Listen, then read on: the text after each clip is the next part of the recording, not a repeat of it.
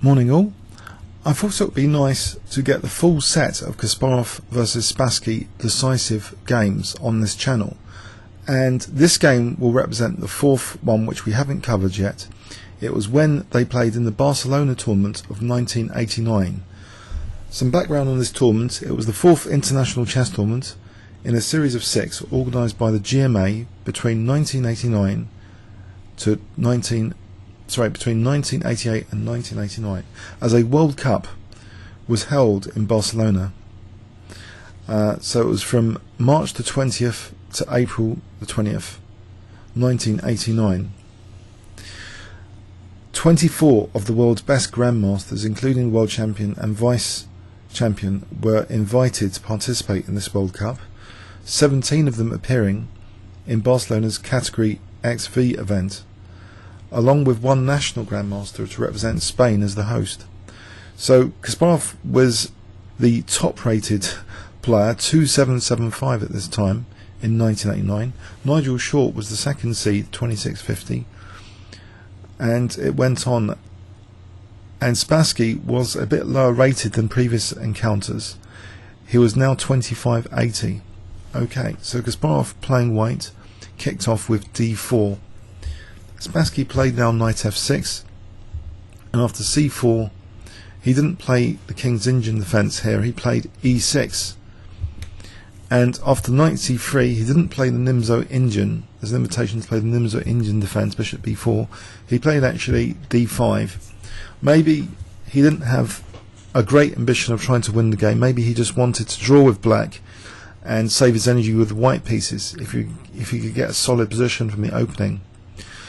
Okay, Kasparov chose here c takes d5. After e takes d5, bishop g5. So there's pressure on d5 being exerted. Black plays now c6, and then we see e3. Okay, it looks like a fairly standard Queen's Gambit declined type position, where white's captured on d5. So the strategic changes on c takes d5. Well, this pawn chain usually might be subject to some sort of minority attack later to try and fracture it and leave black with a backward pawn on c6 and an isolated a pawn. That's one typical plan, but there's also a plan popularised by Mikhail Botvinnik, kind of father of the Soviet chess school, which Kasparov was a student, which is later to try and play in the centre, for an e4 break. That's also an interesting alternative plan once c takes d5 has been played. Okay, bishop e7, bishop d3. After knight bd7, we see evidence that actually it's the latter approach which is going to be adopted. Knight ge2, it doesn't block the f pawn, so there might be ambitions now of a later f3 and e4, or even f3 supporting g4. Okay, so here Spassky didn't routinely castle here. He played knight h5, inviting the exchange of the dark squared bishops, which is gladly accepted by Kasparov. Okay, temporarily this knight's misplaced, and it's also subject to an attack here, which is made possible because the bishop's blocked at the moment. Kasparov seizes the opportunity to gain a bit of space on the king side. He plays g4. Okay, he kicks the knight back to f6. After knight g3, it looks as though there might even be now g5 on the cards, gaining even more space. And against this, Spassky played the move h6. He's not too worried, of course, by playing this move for knight f5. Maybe the queen can go somewhere safely, but we'll do a more forensic examination of the game in the second pass through it to explore technical variations and forcing moves, etc. Here, Kasparov just played h3, and now we see knight b6. Okay, so black is still not castling on the king side. Maybe he wants to have the option potentially of castling even queen side, which is usually outrageous, but okay. But I think the main point is he's waiting to see white's setup before he makes the most appropriate setup in response. So we see now queen d2 being played, by Kasparov, not committing to castling either side, castling king side or queen side. Okay, so bishop d7. So both sides waiting. Now, another waiting move, b3, which is quite useful, making sure the knight can't use c4, or this knight could move without knight a4.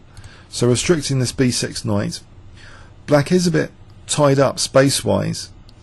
Is he going to play later for the c5 break, or is that going to isolate his pawn? What is Black going to do? And what about this constant use of the f5 square?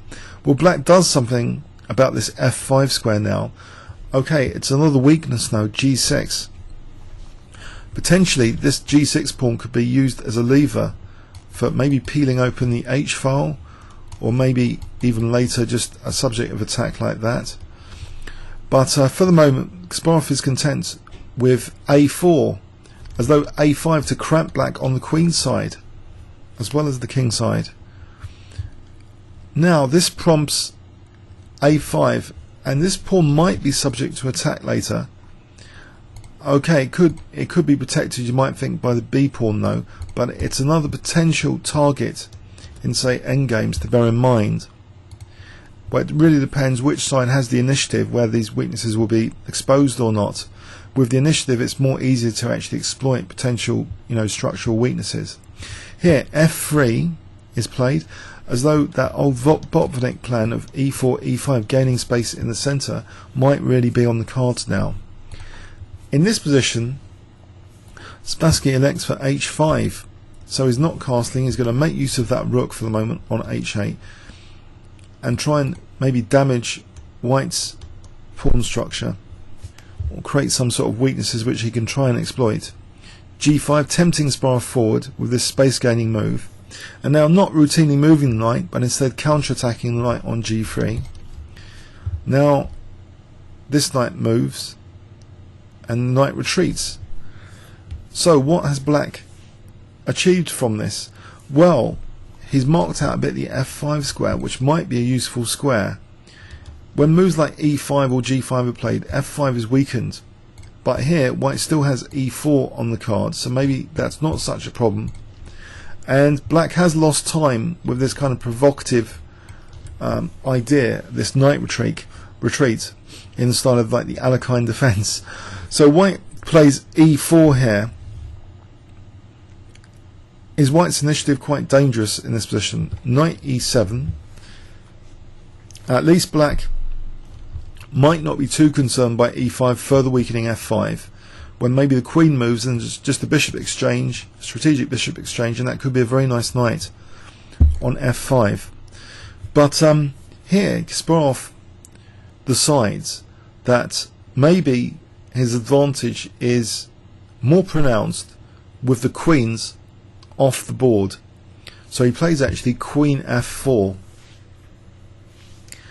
So what can Black do if he doesn't want to exchange off queens?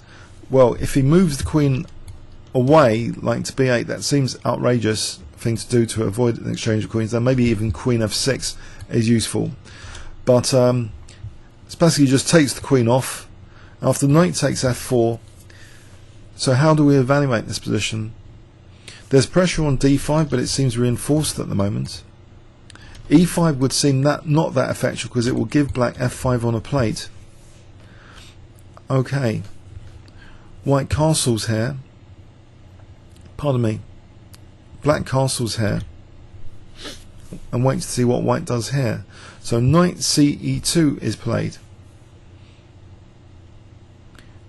It looks as though maybe the intention possibly could be later h4 and knight g3, shoring up f5 for maybe e5, gaining space in the centre. That's just one set of possibilities.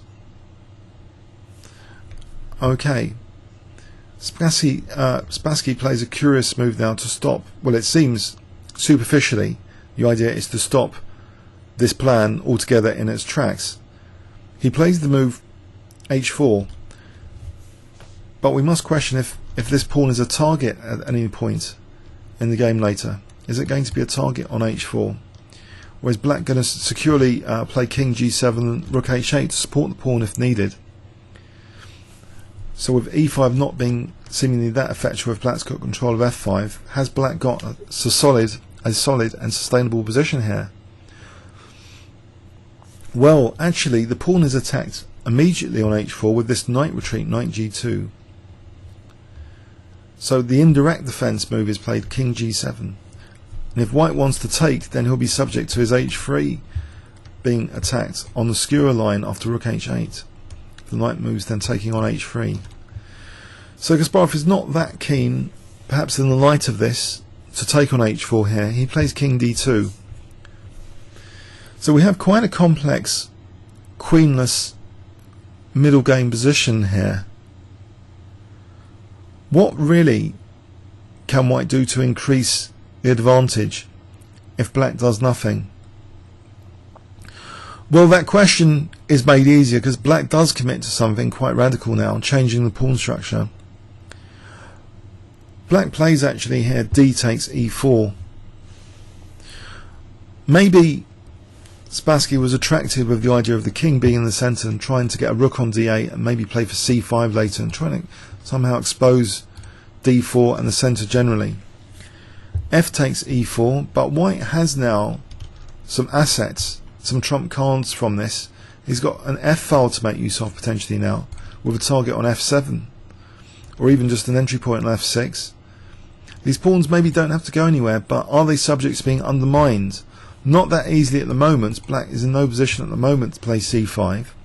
He plays rook ad8, echoing some king safety concerns. Rook a f1, making use of that trump card, that f file pressure. Rook h8. Yes, and one of that pawn, it had to be calculated every time if it was safe to leave it to play rook h8.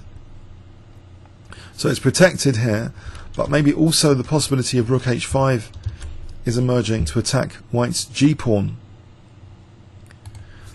Knight e3. Okay, and in this position indeed rook h5 is played, and the pawn is just protected for the moment with rook fg1. So this is a very patient use of the f file, you might say. The rook was on f1, it leaves to protect the pawn. So Kasparov is clearly making a statement here, I think, at move 28, that he's in no rush to increase his advantage. It's a kind of wait, see, patient manoeuvring, creating weaknesses, looking after his own weaknesses for the moment. Where is he going to build up? His knights, though, are beautifully centralised, especially this knight on e3. Bishop c8 is played. Okay, leaving the bishop probing h3, making way for the rook, is really c5 on the cards. And what about this old a5 weakness? Would a knight manoeuvre expose a5 at some point? With these rooks like this, they seem committed to certain tasks here. Okay, king c3 is played here, supporting d4, and the rook goes back, scurries back to h8, connecting the rooks again. And Kasparov makes sure rook h5 is now impossible, and it's made possible to play this move because the king's supporting d4. He plays now knight f4, and it starts to look a bit more uncomfortable for black potentially. Can Spassky do anything with this d file? He plays rook d6. Maybe the intention now is either to double rooks or support something like f6 later. Bishop c2. It's making way for a nifty knight manoeuvre if needed to d3. A knight to d3 could be quite dangerous for black. A tricky knight. Knight a8. But after this move, there's a slight weakness of the last move. The knight was guarding c4. Kasparov pounces on that weakness of the last move. So knight e8 superficially looks like a blunder in a bad position. Kasparov simply plays knight c4. And this is a significant pawn to win. So it looks like, unfortunately, a blunder from Spassky, so now he's really in trouble. The rooks are not doubling on the d file. He's losing the a5 pawn. Okay, so knight takes a5 is played. He hasn't got too much compensation here to show for it.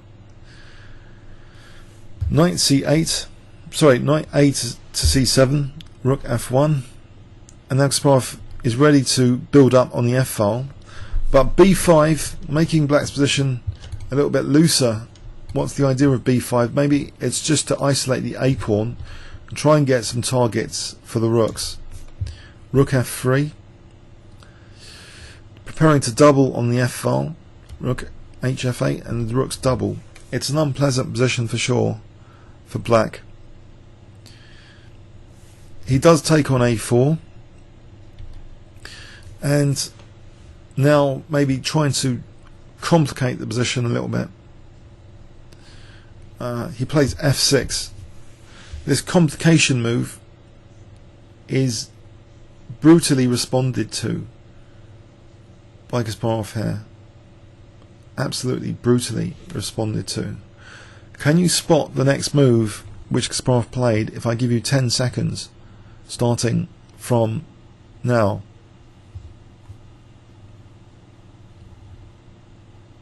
Okay, Kasparov plays knight takes g6.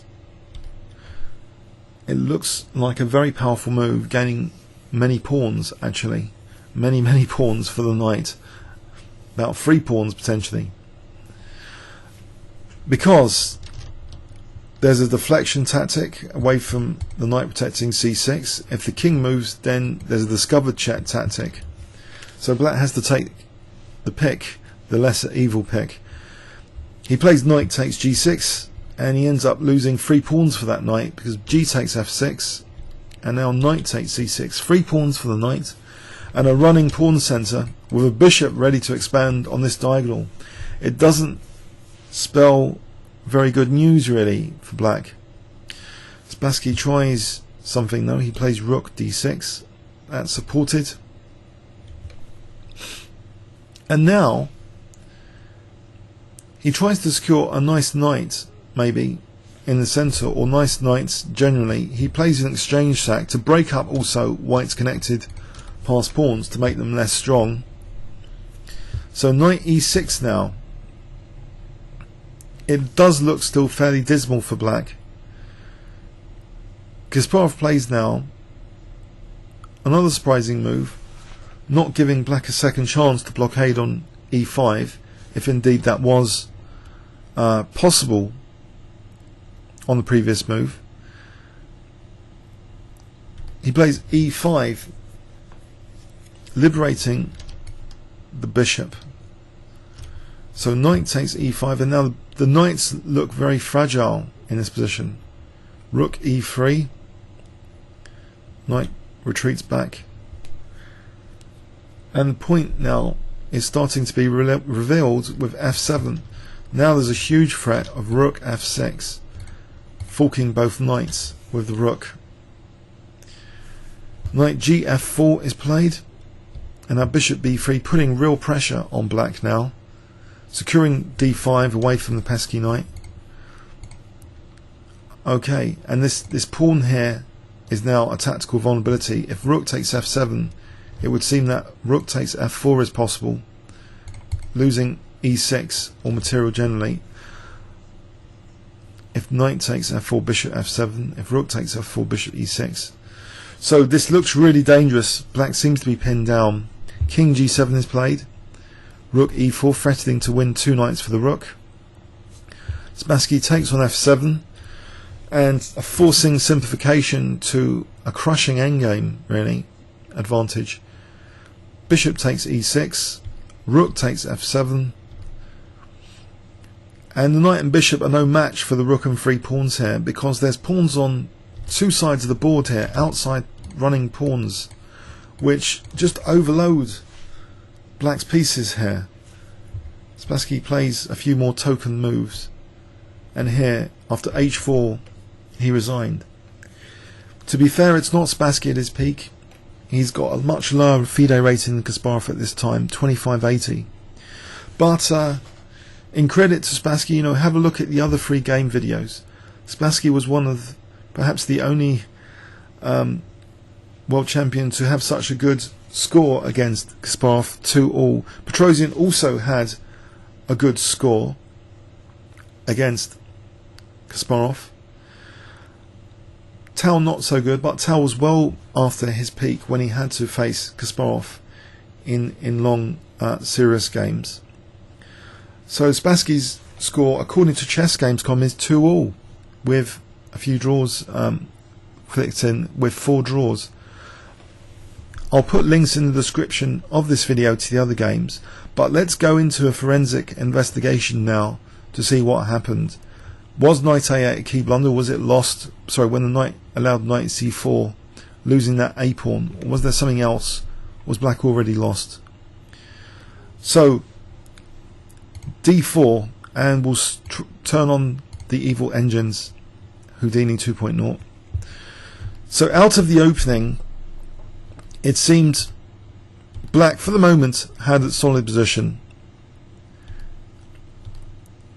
This adventurous approach with knight ge2 instead of the more bog standard knight f3 has certain drawbacks, but the chief idea is to expand in the center, or to maybe expand on the king side, and to maybe use the knight coming to g3. Kasparov had used this in a few games around this time, this plan. So knight h5, which immediately, actually, according to engines, is not really that liked. It gives white a small advantage. Not too much to write about at the moment. Now g4 looks a little bit controversial from engine view, but it seems okay. Prove that this is a weakness, this pawn on g4. Can it be proven?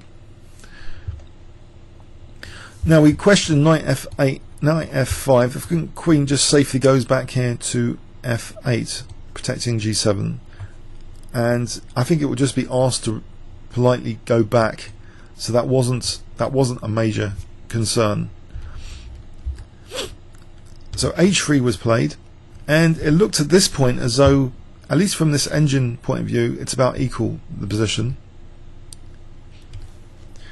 b3, so both sides waiting and not castling. Waiting. f3, which seems, you know, creating more weaknesses. Look at these pawn moves. Is this standard play? h5 now. Okay, g5, queen d6, knight g2. Again, it looks about equal position, or if anything, minuscule advantage to black from an engine point of view. Now with the exchange of queens, what happens here? In fact, there seems to be another technical option, queen b4, which computers would relish, trying to win a pawn on the queen side. Kasparov would probably sack that b3 pawn quite willingly. With the b6 knight behind it, it's not too attractive to have the queen stranded there. So Spassky goes for the more natural queen takes f4. And has something happened here? Is black really under pressure? Well, h4 maybe is a slight concession, really. It's a target on h4 to play h4. If black had kept solid, maybe even with bishop e6, offering the light square bishop. That's an idea. So h4, okay, knight g2, king g7. And we see here, okay, knight h4 is responded to with rook h8, which is not such a big deal. Black taking on e4. Now this might have been a slight concern, giving white a few things he didn't have before, and the advantage technically has gone up fractionally. Now after rook d8, it actually seems knight h4 always has to be calculated, but the simplification might just end up in a draw, even if it's only a tiny bit better. So this Kasparov was keeping the tension going, really, with his continuation. He doesn't want just a measly pawn and to lose all the tension in the position. He wants more. So he starts putting the pressure on the f-file, and to do that he wants to have both rooks, not one swapped off or anything. So he's keeping the tension going, centralizing knights, improving his pieces. But is the evaluation going to go up, or is the critical blunder later when, you know, maybe this tension maximizing strategy really started to reap benefits? Because here, technically, again, you might be surprised that the position's roughly equal, but after knight a8, yes, the advantage does go up hugely because of knight c4. It's a classic weakness of the last move. It seems in all games, amateur games, grandmaster games, super grandmaster games, the weakness of the last move is a human issue with chess, because we have our ideas which might be grand and glorious, but with the specific implementation of a grand plan can be a blatantly obvious flaw. It seems to just blatantly obviously lose a pawn to a knight fork without too much compensation. So it left poor Spassky in dire straits, which, by the way, is a British rock band. It is a musical reference. So after b5, okay, that furthers White's advantage a little bit. c6 is now a tactical liability to be used. Well, if Black doesn't play b5, what else is he going to do though? If he plays b6, he's setting up the b6 as a target to knight c4 again in any case. So, okay, he wants to be able to maybe use this bishop and not nanny the b7 pawn. So White's advantage is building up here. And, okay, this also doesn't seem to help Black, but I don't know what to suggest for Black. But this move really makes things worse, and Kasparov's move is really approved here by Houdini. Knight takes g6 is really liked as an engine, very engine-like, strong, crushing blow in this position. Knight takes g6. So in the game, knight takes g6, but let's have a quick look at king takes g6. G takes, and it's horrendous, totally horrendous. If the knight has to sacrifice back, that's not good news. If the knight goes back, say, knight takes c6, we're talking +6.